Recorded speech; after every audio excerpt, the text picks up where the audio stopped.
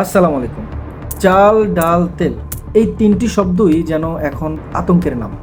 বাজারে গেলেই মাথা ঘুরে যায়। জিনিসপত্রের দাম আকাশ ছোঁয়া, আর আয় সেটা আগের জায়গায়। তাহলে এখন সাধারণ মানুষ যাবে কোথায়? হ্যাঁ দর্শক, আজকের এই ভিডিও জুড়ে আপনাদের সঙ্গে পুরো ডিটেলসে আলোচনা করব। দয়া করে আপনারা সঙ্গেই থাকবেন পুরো ভিডিও জুড়ে। দ্রব্যমূল্য এখন আকাশ ছোঁয়া। আমরা কি সত্যিই মধ্যবিত্ত, নাকি দিন দিন গরিব হচ্ছি? কেন দ্রব্যমূল্য এভাবে বেড়েই চলছে, আর সাধারণ মানুষ কোথায় দাঁড়িয়ে আছে? বাংলাদেশের বাজারে পণ্যের দাম বাড়লেও সাধারণ মানুষ কষ্টে পড়ে। এর দামের পিছনে অনেক সময় কাজ করে এক শ্রেণীর অসাধু সিন্ডিকেট। তারা কৃত্রিম সংকট তৈরি করে, তারপর ইচ্ছামতো দাম বাড়ায়।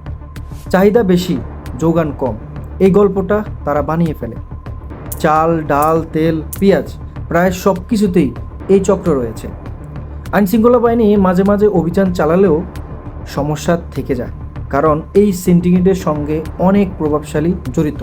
ভোগান্তি বাড়ে সাধারণ মানুষের, কমে যায় ক্রয় ক্ষমতা। আর এই চক্র ভাঙতে হলে দরকার কঠোর আইন ও বাস্তবায়ন, আর দরকার জনগণের সচেতনতা এবং সোচ্চার হওয়া। ছোট্ট করে একটা গল্প বলি, তাহলেই আপনারা বুঝতে পারবেন। দোকানে গিয়ে দেখি চালের দাম আবার বেড়েছে।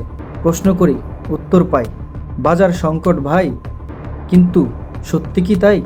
না, এটা এক দানব, নাম তার সিন্ডিকেট।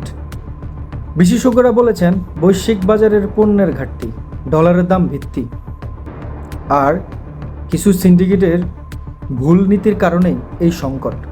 বিশেষজ্ঞরা বলেছেন বৈশ্বিক বাজারের পণ্যের ঘাটতি, ডলারের দাম ভিত্তি, আর কিছু সিন্ডিকেটের ভুল নীতির কারণেই এই সংকট। আবার ব্যবসায়িকদের কারসাজিও অনেক সময় দেয়। এই অবস্থা থেকে মুক্তি পাওয়ার উপায় কী? সবার আগে দরকার সঠিক পরিকল্পনা আর ন্যায্য মূল্য নিশ্চিত করা। আপনি কি মনে করেন? নিচে কমেন্ট করে লিখুন। ভিডিওটি ভালো লাগলে শেয়ার করুন, যেন সবাই জানে এই সংকটে আমরা একা না।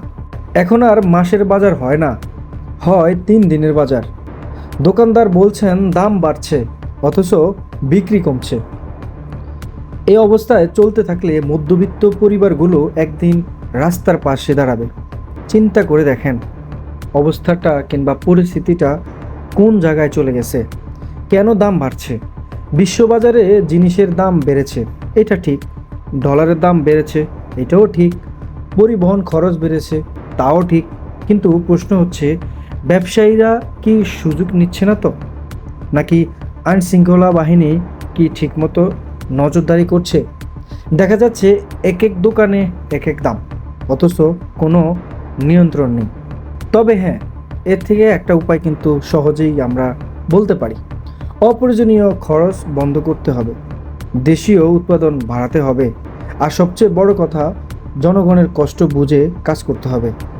আপনারা কি বলেন? কি বুঝলেন দর্শক? হ্যাঁ, যেটা বুঝেছেন সেটাই আপনারা আপনাদের মতামত জানাতে পারেন। আসলে আমরা কি সিন্ডিকেট থেকে রক্ষা পাবো? তাদেরকে আমরা ধরতে পারবো, না তারা ধোঁয়াশোয়ার বাহিরে আছে এবং থাকবে সবসময়? কোনটা বলতে পারেন? ভালো থাকবেন, সুস্থ থাকবেন। ইনশাল্লাহ দেখা হচ্ছে নতুন কোনো ভিডিওতে।